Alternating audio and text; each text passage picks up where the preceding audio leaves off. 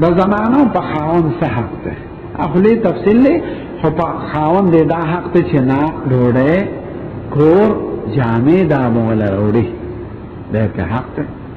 او دا خاوند په دا حق دی چې دا خاوند خدمت وکړي او کله چې تقاضا تیو کې ورسره بسنلی خو چې ناجوړني بیمارني او خاصه بیماری نه زمون شریعت کې دا وایي که ښځه په تنور ولاړه یو ډوډۍ باندې کړي په تنور کې او خاوند ورته وایي راشه نو راځي به ډوډۍ دې پرې زمون په دین کې ښځو سره ډېر احسان دی ځکه چې څنګه د سړي ښځه خوښه ده چې زه واده وکړم نو د ښځې سړی خوښ دی چې زما د ژوند یو ملګري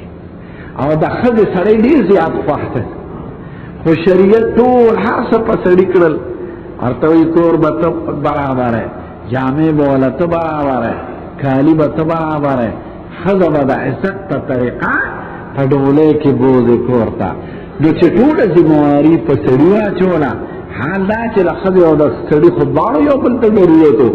نو ښځې ته وایي ته اوس که بل چا سره د تعلق نشته ستا دغه یو خاوند انګریزانو کې ښځه ځان له سړي ګوري وایي زه تا کوم هغه ورته وایي بینک بیلنس دې څومره دی کاروبار دې څه دی